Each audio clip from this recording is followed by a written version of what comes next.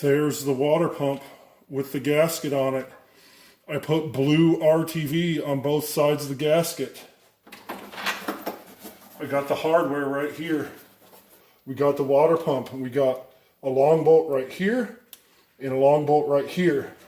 We have two right here on top that take thread sealant and two on the bottom. And it was the one on the bottom on the driver's side that I dropped behind the crank snout. We got one of the shorties.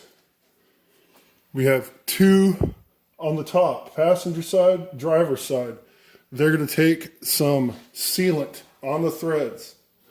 I got some sealant right here. I cleaned all the threads of these bolts. I cleaned the holes in the timing gear cover. So everything should be ready to go. We're going to goop it on there, because this is going to seal the coolant jacket from the crankcase. So here goes. Top passenger side. And that's Essential Trimmers Come On Old 64. We got it started. It has sealant on the threads. A long one, sealed short one, and a long one. Now I'm going to go ahead and get to the ones on the bottom. Here's the bottom driver's side. It needs sealant. This is the one that fell behind the crank pulley. Go ahead and get plenty of sealant on there. It's ready for the bottom. We're going to try driver's side first. Goop it on there. This is the last bolt that requires sealant, and it's on the top. You can put sealant on all of them, I suppose, but it's only two on the top and two on the bottom that need the sealant. I had one oddball bolt battle. I think in the past, whoever did the water pump, the one we removed was not OE, and they lost one of the short bolts because I had a short bolt that was just a hair shorter than everything else. I had 3 length bolts on this water pump, and it's supposed to be only 2. So I'll put this short guy on the bottom driver's side. That way I know where it is. Got that one with my finger. We got the other long one on the passenger side, short one passenger side, and then here's the last one. It's the top passenger side shorty. All right. We got all the bolts started, Battle. So we got our torque wrench. 14 foot-pounds, Battle. 168 inch-pounds. It's ½ inch, not 3/8. Hey, look, it fit just fine. That's the bolt underneath the water pump snout.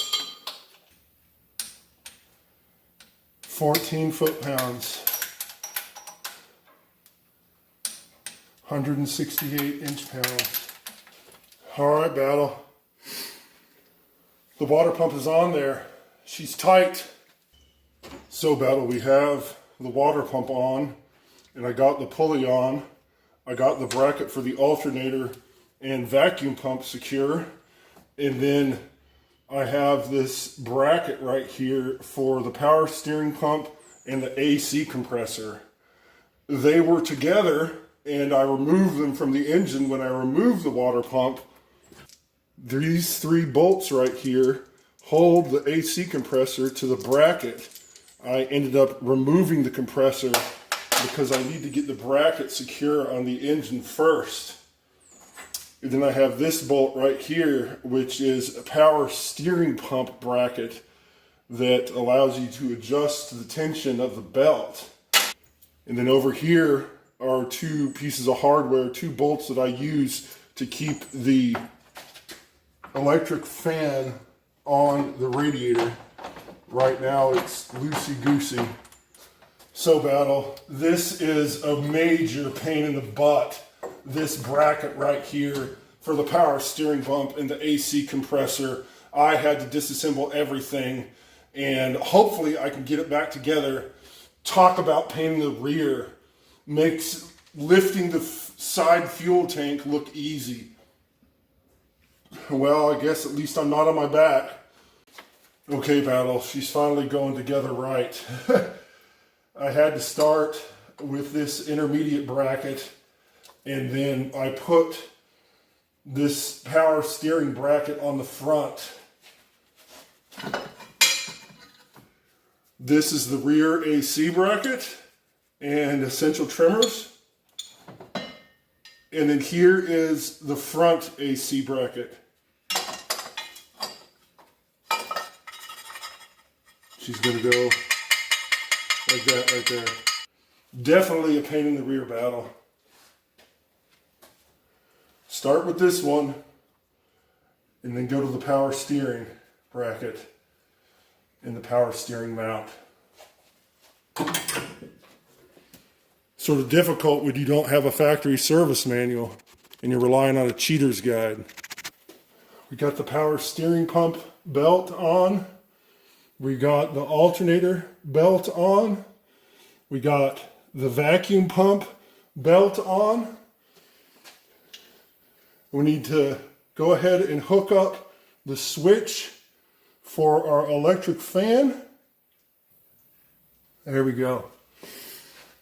And then I need to add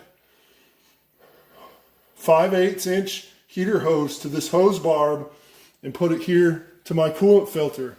And then I need to put coolant in the block. And then I'll start it up, but we can do that another day. Why don't you go ahead and leave a comment down below, and please consider liking and subscribing. Check out one of these other videos I did on my bullnose truck in the past. And I'll see you next time, Battle. Nice. Well, could have been worse.